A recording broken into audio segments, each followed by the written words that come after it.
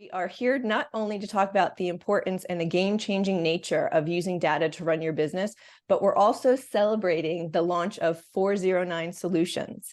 And that is actually a spin-off of our data analytics service line that we have started at SKC back in 2019.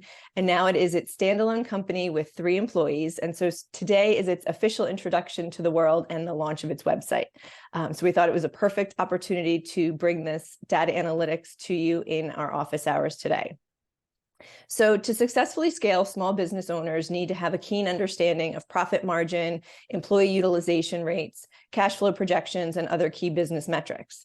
Using data analysis for real-time metrics can help businesses strategically scale and grow. And I am so excited to bring on Ryan Warnet today. He is president and CEO and co-founder of 409 Solutions. He is a former SKC employee, and I call him a recovering CPA. And he is going to discuss how we can differentiate your business from its competitors and the value of being a data-driven organization and why it's critical for business management and growth. So welcome, Ryan. It is so good to have you today. Thank do you want to so say a little much, bit Sarah. about the team and your journey for a few seconds? Yeah, of course. Yeah, I mean, Sarah did say I am a former employee of SKC, but we still are very closely knit. We still work in the same office. Still consider SKC as part of the team. But I'm very excited to be here. I'm very excited for this new chapter in our journey. And I'm really hoping that what we show today, you all can relate to. You could see the value that your data can provide, or at least you could find it interesting, at the very least. Cool. So let's jump in. We're going to launch with a poll question before we go into some case studies. So the poll question, just to kind of get an idea of who we have in the audience. Are you currently using real-time dashboards to manage your business? I mean, I can say at SKC we are, thanks to having 409 under the same roof. It has made it a game-changing information at our fingertips experience. For all of our dashboards that we have, we can be in a meeting and pull it up and answer questions instantaneously. And it's really, for us, it's been game-changing. So 70% are, that's terrific. Hopefully we can give you some tips and tricks to do it up a little bit better. Otherwise, we will certainly, hopefully, maybe learn some things from you if you share anything in the chat. So let's jump into the case studies, Ryan. Sound good? Absolutely. So I guess the process that you would go through with, a new client, the team goes through when you have somebody that you're building a dashboard for, it really starts with, I guess, collectively your team and the client's team defining what the problem is, right? So walk us through case study 1 and, tell us what happens after you build the problem and you figure out what it is you're trying to solve for. Yeah, absolutely. And really all of our engagements, the very first step is defining those clear objectives that we want to tackle first. And to do that, there's a lot of discussions that need to be had. We're going to talk through some of your pain points that you have, some of the challenges that you face. We'll talk about, what do you consider success? What do you consider a failure? What are your long-term goals? What are your short-term goals? Really get a clear picture of overall where we need to go or what we can provide to help you get to where you want to go in the future. And then when we have all of that information, we kind of create that roadmap. And then from that roadmap, we dive into where can we find this data to be able to provide you with all the information that you need to get to where you want to go. That will be, the softwares that data is in, who manages that software, who inputs the data into that software. How can we pull that information, whether that's on that's automated process, which we always try to do. And where is that sitting? How can we get that data as real time as possible? And then once we have the data, it's really going through that data, making sure that it is clean, that it's usable, and it provides us with everything that we need. If it does, amazing. We could go on the best process possible to be able to start gathering that information and that data so that you have the most useful tool possible and you have the answers to the questions that you need. And really, it's a continuous process of that. Businesses, all of their challenges, change over time. A few years ago, you're going to have completely different challenges than you have today. Different economic conditions, different technology, just evolving over time. You really want to make sure that this process is a continuous process and that your data analytics process isn't stagnant over time. Well, and I know with our existing clients too, who use your services, they'll see their first, let's say, beta test of their dashboard. And once they start to really see how it can come together and answer a lot of their questions, then it's like, well, what if we did this? And can we see this? And it sort of always goes from perhaps one page on the dashboard all the way to 5 or 6. And that's where it really gets exciting, I know, for you guys to see as well. So the first case study we have, I think, is about sales. So what was the problem here and how did you guys go about resolving it? Absolutely. I'm going to share my screen and we're going to pull up a sample of a dashboard for the scenario. So all this data we're pulling from financial data, their financial software. Luckily, we had a lot of the information we needed from that. But in this scenario, we had a company that sells products in various different categories. They sell in different locations, and they have a sales team that is in charge of making those sales.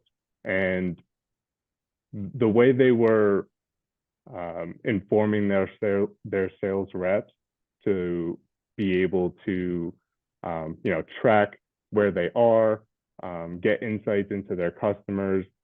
They were sending out Excel reports on a weekly basis of their year-to-date sales, where really they were just looking at dollar amounts per customers for the year. And they really weren't able to slice the data. They weren't able to, see trends, see patterns. They just had raw information of, I sold this much to this customer so far this year. So really what their problem was is that their salespeople didn't have a lot of information on what they were doing and how they can be better. So what we did is we provided a dashboard for each individual sales rep. So this, you see, we have the administrative view. But when we roll this out to the client, let's say we want this to be the dashboard for salesperson 1. When they log in, they see this information, and this will be specific to their customers and their sales over time. We have a lot of different information in here that they could use to really help them along their process and help them increase their sales or just be better at what they do overall. We can look at how much they've sold over the past 3-year period, looking at 2023 versus 22 versus 21. We could see what we sold in the current month. We could see what we sold in the current week. We can track where we are versus our quota, so that salespeople can log in on a regular basis and see where they're at for their quarterly quotas, see how much they still have to sell to get to that quota, whether they're on the right track or not. They could see what different categories of sales they've sold in, and then they could see that trend and pattern over time. When we're looking at the sales by level and month, we could see over time where our sales are, where are they tracking. In this scenario, we could see that sales have been declining over the past handful of months. This is where we could dive into the detail, do some customer analysis, and maybe find some customers that we may have sold a lot to last year around this time. let me make sure that I am proactive. I'm reaching out to them and seeing if, we can make another sale, and being more proactive, making sure that your customers' needs are being filled, rather than being reactive and waiting for people to reach out to you.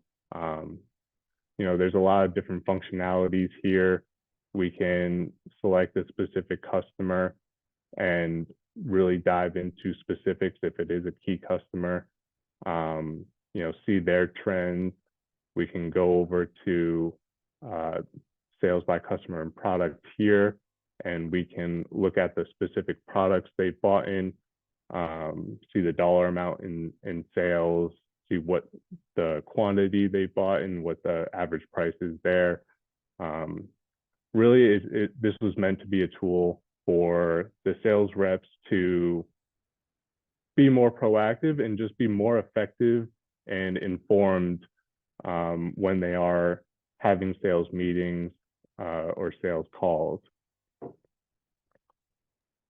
And so there's two things I think on this dashboard that I really wanted to point out and highlight. And the first is, you said it in the beginning, this is the administrative view, so you can see all the sales reps, but there's the capability to give access to individual salespeople so they can only see their data, correct? Yeah, that's correct.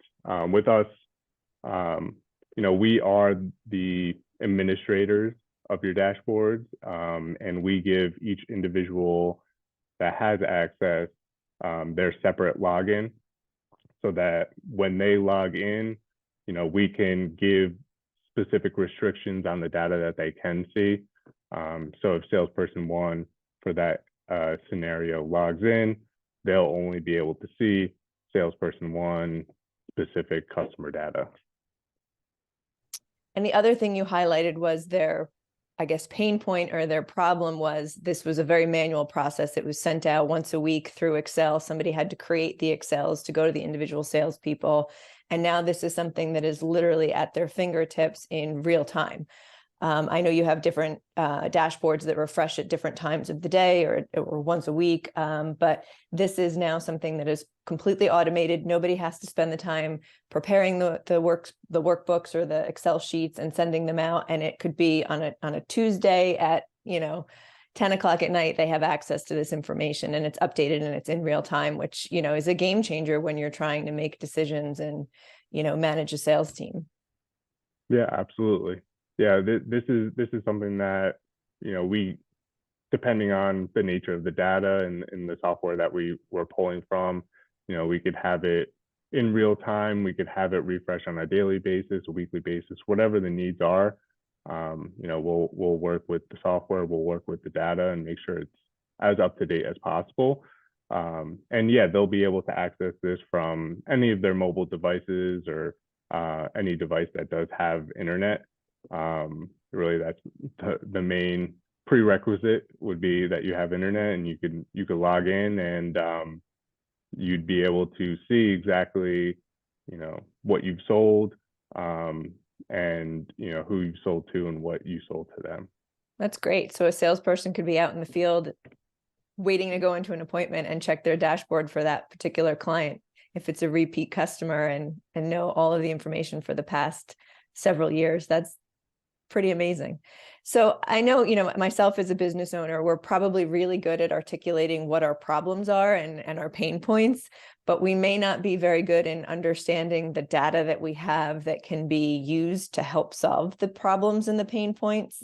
So I'm hopeful that your team, or I know that your team, walks through a process with the business owner and the client team to understand what the resources are that exist to help solve their problems and help them, essentially create the dashboards that will give them the answers that they want. But I know one of the reasons that we created the service line back in 2019 and then spun off to 409 this year is because we wanted to bring the capability to small business owners, right? Every business has data, no matter how big or how small you are, but we wanted to really bring it to, our size clients and have them be able to get these same kind of decision-making support and dashboards and metrics and all of that, we know are so important, and that very, very large companies have full teams of data analytics folks in-house. But so as a small business owner with limited resources, where should a business owner begin with their data analytics journey? So I mentioned this before, kind of like our process, but really where you start is finding those key objectives, is really spending time reflecting on, what your challenges are, where you have been as a business or an organization, and where you want to go. Really keying in on what are my goals for the near future or the long-term future, and really diving into, okay, how do I get there? What's that path? What hurdles may I have to jump over to get there? And diving into some of those and figuring out what key decisions might I have to make, and what do I need the facts to be able to make that decision on. And then, once you have that really is the starting point. And I do think it is sometimes overlooked where, you might just want a better reporting tool, but if you don't have a good understanding of what you want to use that reporting tool for, you won't get the most out of it, and we won't be able to help as much as we want to. It really is taking that time or having those discussions of where we want to go and what hurdles might we have to jump over to get there. So the sales dashboard that you just shared with us, that pulled from the client's financial software, the accounting software, I assume, maybe the CRM software if they have that as well. Mm-hmm. So yeah, that was all financial information on that one. So the next case study is a little bit more financial, moving away from helping a sales team grow and be more efficient. But we're going to move on to a case study about financial information. Yes, and this one is more about looking at a company that has been rapidly growing and expanding into new territories, and being able to see your financial performance as a whole, but also being able to segment your different areas within your business to be able to track progress there. In this scenario, we have rapid growth and we have new locations with warehouses and salespeople and different factories. And we want to be able to see what these new areas are doing in terms of performance. Are they profitable? Are they doing what we projected them to do? And really being able to see the full picture, but then being able to isolate certain areas in the business and kind of look at it from a separate business unit, and be able to make decisions off of that. So here you can see we have a general dashboard here where we're looking at sales and expenses and profitability.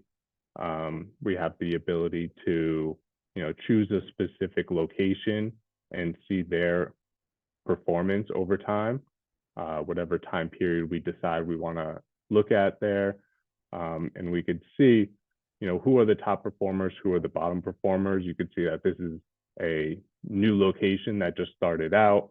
It's going to have its ups and downs to start, but being able to look at it as a whole and then segment down into different areas lets you have the information that you need to really make those bigger picture decisions.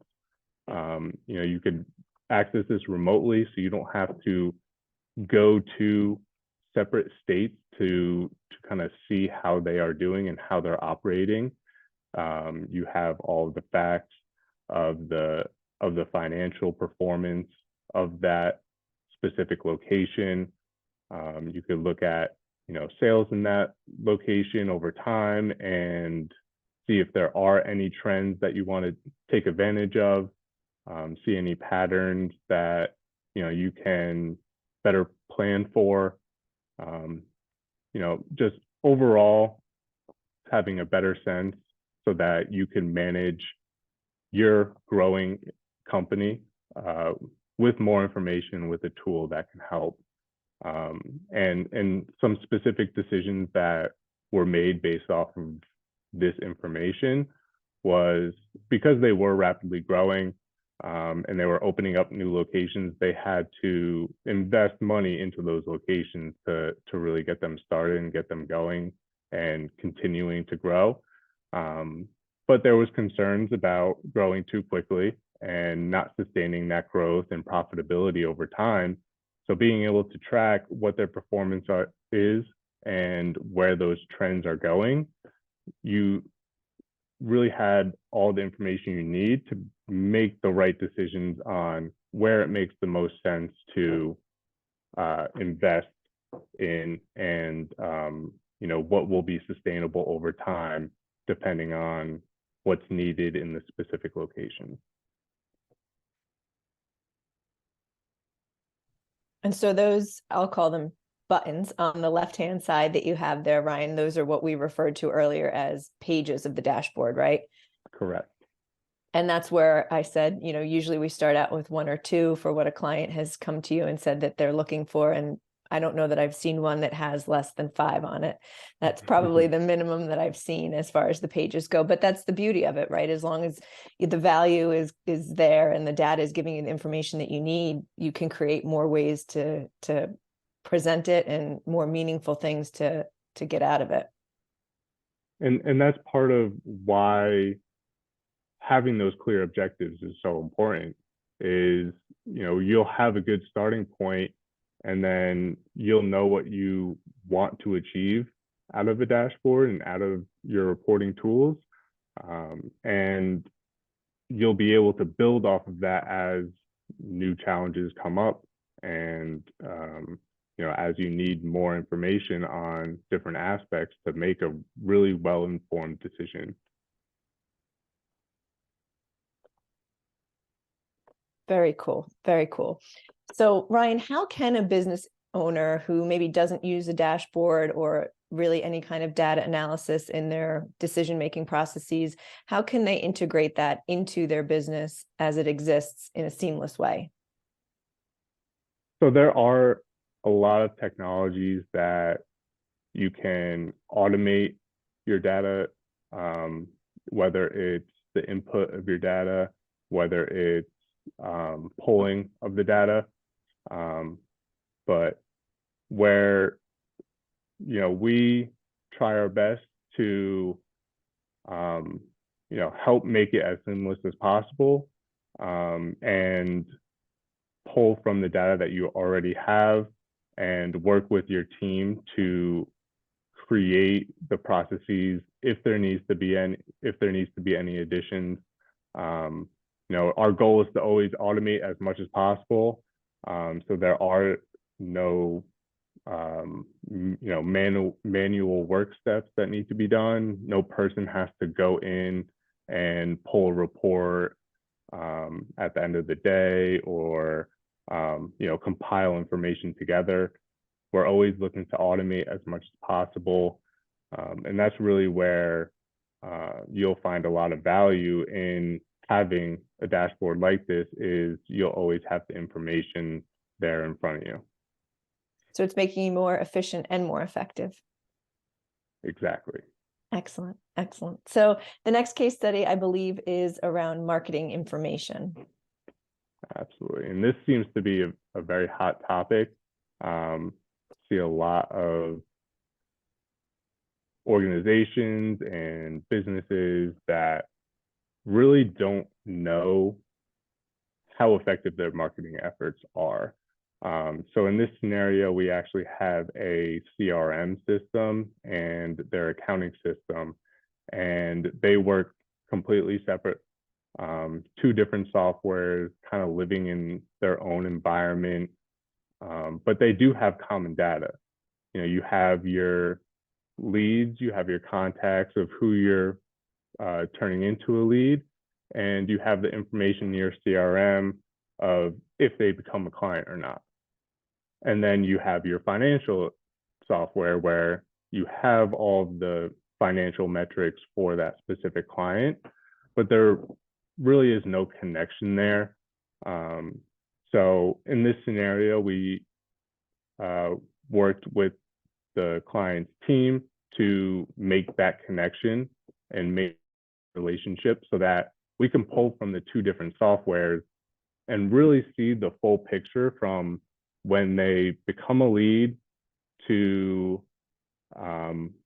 they become a client, and then seeing the process after they become a client and looking at the performance there really gives you the full pipeline and the full picture and brings a lot of insights that are very, very useful that seems to be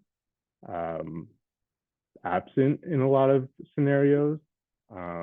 And, you know, there seems to be a disconnect between CRM systems and financial systems on a pretty regular basis. So here we have, I love this one so much because we have a similar one that we use at SKC. And for us, it was eye-opening when Ryan's team first showed it to us, because it allowed us to get so granular into how we wanted to spend our marketing dollars and use our resources. And so, Ryan, if you could just walk them through some of the details of this, because I think it was really impactful for how we deployed our resources after we had this information. Yeah, absolutely. We have our date range up top where we can see, you know, what time we want to look at, what time period. In this first graph here, we have our referral sources and the amount of revenue that they've generated. This gives you great insights into who your top referral sources are. You can take a look at the names and you know, look at the information that we have in our CRM to see if there are any patterns, if there's a specific industry, or, you know, it's a specific type of professional that brings in more revenue than others. Can really help you with your networking, and help you strategically plan as you're networking and marketing so that you have more information to be able to target individuals that you think will help bring in more business, and also, you know, help you maintain relationships of seeing, okay, I haven't spoke to referral source 35, whoever that may be. Let me reach out to them. They've been very helpful to me. Let me see if I could help them out. You know, just giving you a lot of information on referral sources, if that is a main component of your marketing efforts. We can look at our disqualified leads and why people aren't becoming clients. And that's important because when you're creating your plan, knowing why people aren't turning into clients or why people are denying your services, for whatever reason it is, you at least have a picture of why, so that you could start to plan for that and, you know, shift where necessary if you need to, you know, overcome that. You could see the challenges or the concerns that they may have, and you could try to put those to rest, and really plan accordingly for that. And then in the bottom left in this table here, so this is my favorite table because it really brings everything together. You see all of the different sources that those leads come in by, whether it's a referral, whether it's from our contact us form. You can see what brings in the most leads, so that you can better plan moving forward of what's effective, what's not. You can see how many were converted and what that conversion percentage is. You know, being more efficient with your time. You know, we do get a lot of leads from our contact us form, but the conversion rate is low. If we didn't know that that was a pretty high revenue source for us in terms of the leads that we're bringing in, you know, we might look at just the conversion rate there and not see a lot of value out of it. But we could see how many leads we're bringing in and how much revenue we're bringing in from those leads. really being able to target what's effective, how effective it is from when we're generating the lead and converting them, and then the actual business itself that is pulling in. And this bottom right is a details table. So this will give you all the information you need if you do want to slice this report of looking at who was non-responsive, giving you more details into who they are, when they came in, where they came in from. And then we also provide links where we can go into the actual software itself to that specific scenario if there's any updates or changes that need to be made. So two thoughts on this dashboard. I think it's a great combination because everybody visualizes differently, right? Some people may want the pie chart or the bar chart. Other people like the, the charts that are on the bottom, and this speaks kind of to both. So I know you guys have a lot of capabilities to sort of present the data and the information that the business owner is looking for in various different ways. And I think that's important for, maybe a very visual learner or a visual comprehender from the entrepreneur standpoint, but then maybe their controller or their CFO is a little bit more granular and into the charts, so you can kind of create and customize it very much for whichever audience you happen to be serving with the particular dashboard. Absolutely, and that's part of the evolution of these reports, because they are fully customized. We're always making tweaks to the way the data is presented so that it is most useful form possible. That if you are more of a visual person, you want to look at more graphs than tables of data, then we'd be able to reorganize what we have to show more graphs and visuals there. If you are someone that's very into the details and want to see the details in a table, we'd be able to provide that as well. There's a lot of customization we could do with our programs. So really, we could tailor it to people's specific needs. The other thing about this dashboard that really pops out, they all really have this quality about them, but this one in particular for me is it gives you the answer already. The analysis is done for you, right? It shows you very clearly on that bottom left chart, this is our highest conversion rate lead source. You don't have to look at things and crunch numbers and run formulas. The beauty of this is it's created the solution and the answer automatically for you. And, if that answer changes because conditions changed, the dashboard's going to update and automatically give you what that new answer is. Absolutely. And that's the goal of the tool, is to be able to give you those answers to those questions. Fantastic. I love it. So you've gone through a couple of different types of data across departments in an organization. We started with sales and ended with marketing here.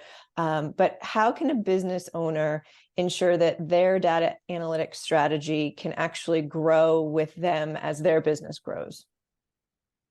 It really is all about taking the time to reflect and taking the time to keep your data analyst and your data analyst team to have those discussions and keeping them up to date with any decisions that might be coming up, anything that you aren't 100% sure on or you don't have all the facts to. It's keeping them in the loop and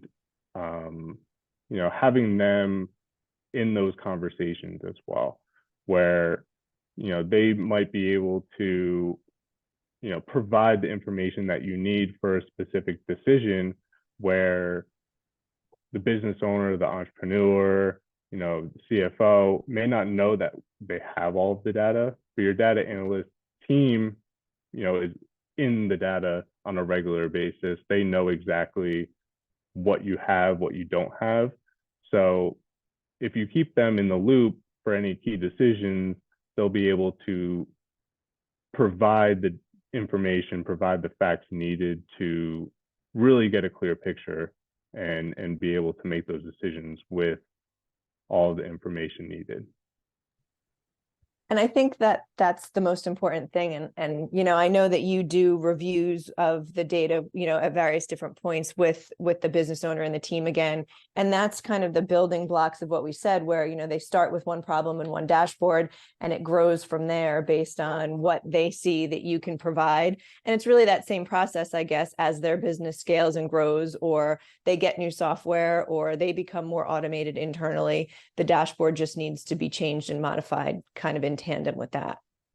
Yeah, it's a journey throughout it. It evolves as your business evolves. And if it doesn't, then you won't be able to get the most out of it.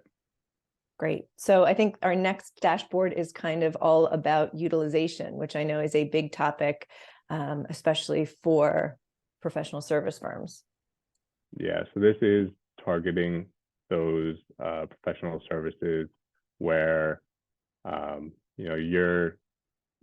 majority of your costs are payroll costs, where you can get a lot of insights out of looking at your various clients and your various projects, and really get a good sense of profitability out of the actual time information. And this actually is a combination of timekeeping data, payroll data, and financial data, where we're combining those three softwares and getting a full sense of all of our time, our billable amounts, or our WIP, which would be our time in hours multiplied by our billable rates to get a dollar amount for our time, comparing that to what we've actually invoiced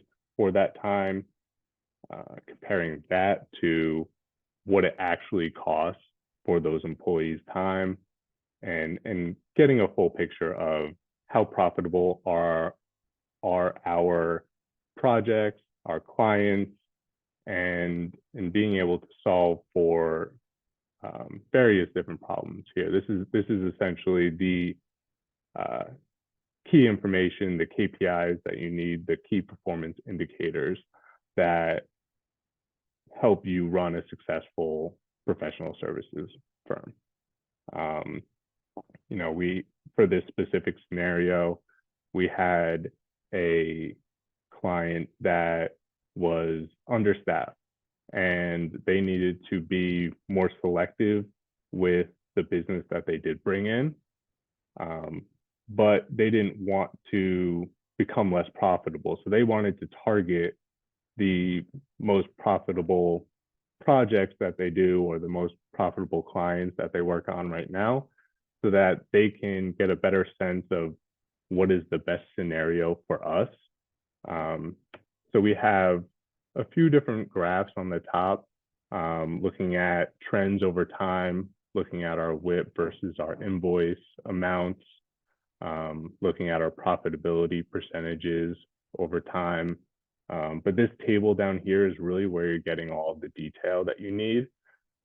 You can look at your gross profit. You could filter by that to see what clients are most profitable, which lets you dive into what tasks are we doing for those clients, what projects are we doing, is there any trend there that we can store in the back of our head to put into our strategic plan of what clients we want to bring in. We could sort it the other way to see who our least profitable clients are, and see if there are any trends here that we can dive into, and we could get a clearer picture of who we don't want to bring in, and who our best clients might not be, so that we could be more selective with who we bring in, so that we aren't running into the problem of being selective, turning down clients possibly, but also bringing in the wrong types of clients over time. So here there really is a lot you could do with this. You could see, because you have these profitability numbers and you have the full picture, You can dive into a specific client, look who is working on that client. If it is something that isn't very profitable, you can see who's working on it. Is it because the employee that is assigned to this client, may not specialize in the projects for this client? It could help you restructure your team with all of this information. It could help you with price points. If you're seeing a downward trend in profitability, it could help you with targeting what we should be pricing these projects at, and what this type of client would look like, and what price points do we need if we're going to be bringing in a client similar to this. And up at the top, you have a separate dashboard button for employee profitability. Can we take a peek at that too? Yeah, absolutely. So that first one was looking at it from the client perspective. Now this is looking at it from the employee perspective. Yes, and this is very similar information, essentially the same. It's just sliced up differently, and is looking at it as the employee on the top level, and then being able to drill down into the employee to see what clients they work on. And so you could do similar things with this, I guess you could say, where you're looking at similar information. It's just a different way that it's presented. And depending on what your objective is, it could be better to look at your clients at the highest level and then drill down into your employees, or look at your employees at the highest level and then drill down into clients they work on. I think this is a good example. I mean, it applies to all of the dashboards for sure, but this one's a good example of we've got to have clean data, right? So in this case, you're talking about pulling it from, timesheet software, and which sadly as CPAs we're painfully familiar with timesheets. But, if your team is not good at putting their time to the correct client or to the correct billing code, in the time software, then that becomes a problem, right? Because that's where this is pulling from. So it's kind of that we always say garbage in, garbage out. And I know one of the processes your team goes through, Ryan, is really helping the client to scrub their data and get it to where it needs to be, so that there aren't these, I'll call them outliers, but basically it's just incorrect information, right?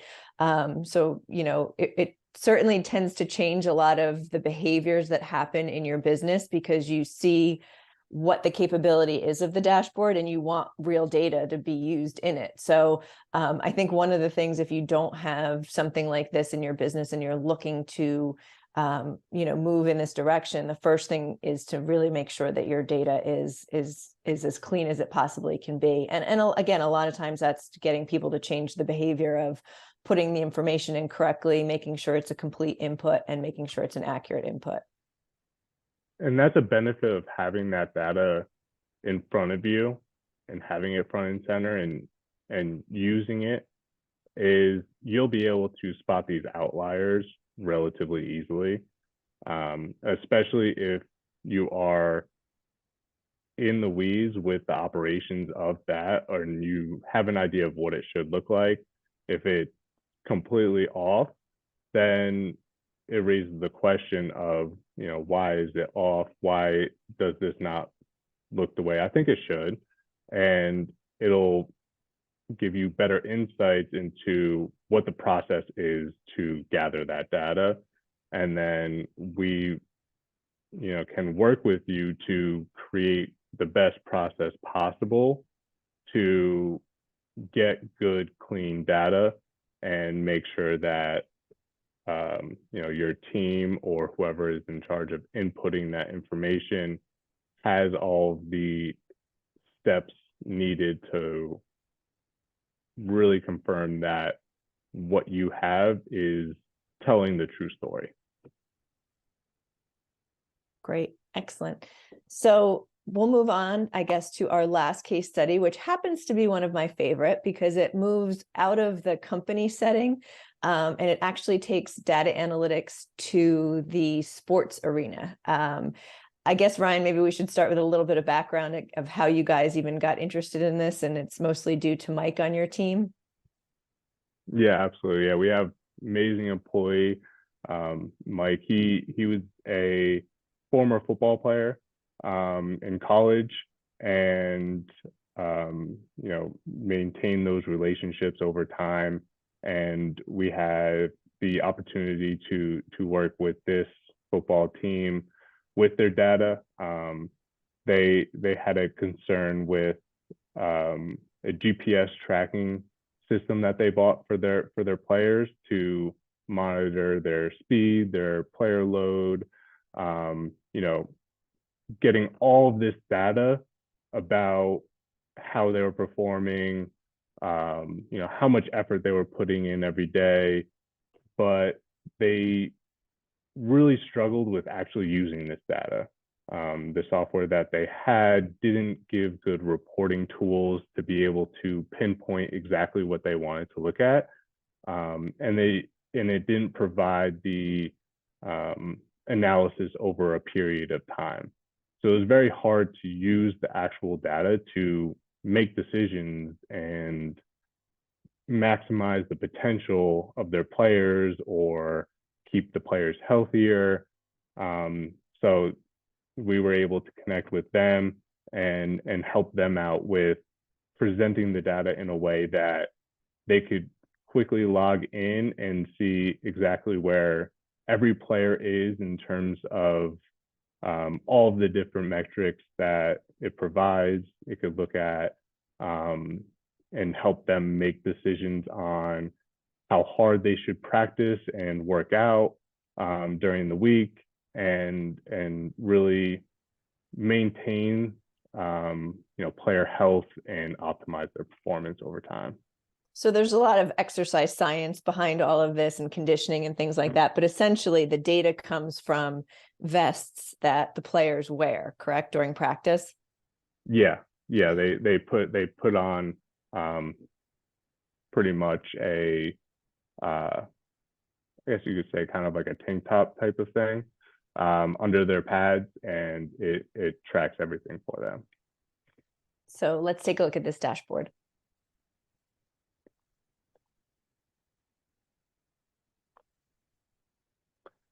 Yeah, so here we have our this is the position summary page. So this is looking at specific position groups. We have all these different metrics up top to slice our report by. So if we wanted to look at our player load, our work ratio, we wanted to look at top speeds, we can filter for what we want to look at. And this gives us a good sense of where specific position groups are. A lot of times on these football teams, the position groups are kind of segregated in their practices and what they specifically work on.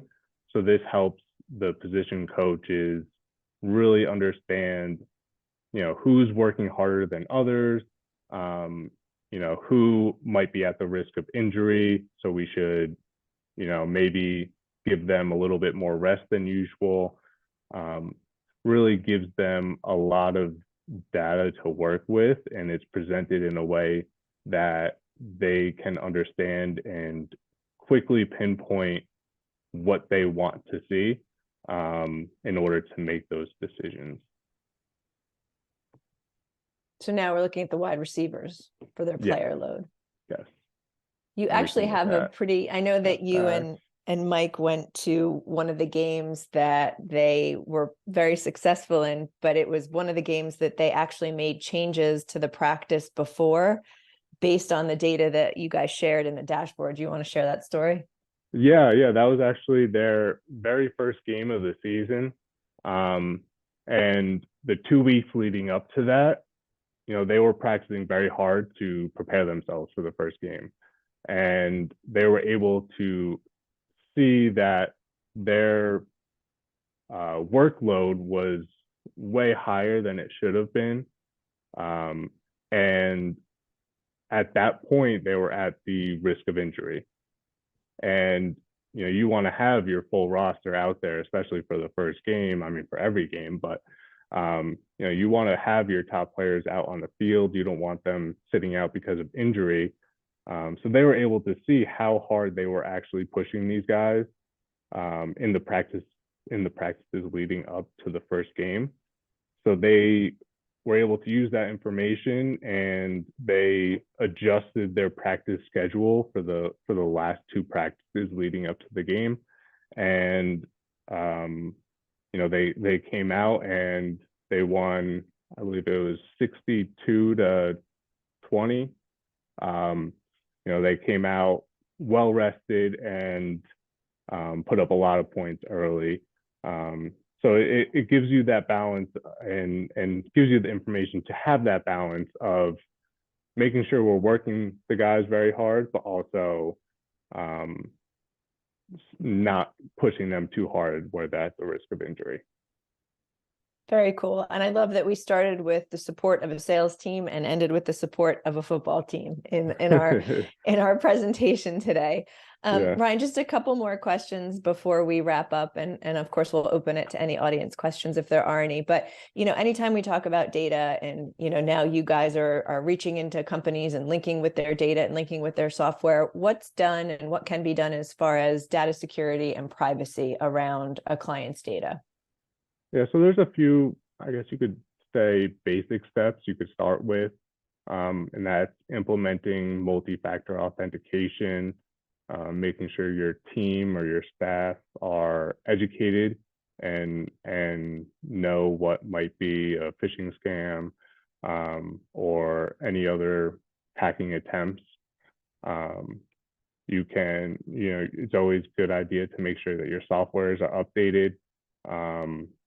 As softwares get more outdated, there's less support and maintenance on those outdated systems. So there's higher risk of a potential breach of the data. And getting into the less basic would be to have an actual data breach response plan, which is essentially a plan that if something were to go wrong, we have all of the steps in place to mitigate our losses as much as possible and really recover as quick as possible. You can encrypt your data, especially if it is sensitive, or you could have penetration testing done where that's not necessarily our specialty, but there are companies and third parties that you can have do penetration testing, and essentially they'll try to hack into your systems, and they'll be able to tell you where your weak spots are and where your risks are. So that's kind of the more straightforward steps that you could do to make sure that your data is secure and you have as little risk as possible. Great. So as we wrap up our hour, and I know we touched on a lot of these things as we went through the different dashboards, but let's summarize, if you will, for us to close out the return on investment that a small business can realistically expect once they start investing in data analytics. Yeah, I mean, it varies case to case. There's some quantifiable metrics like reduce costs, reduce time, and creating reports, or increase sales from more prepared sales teams.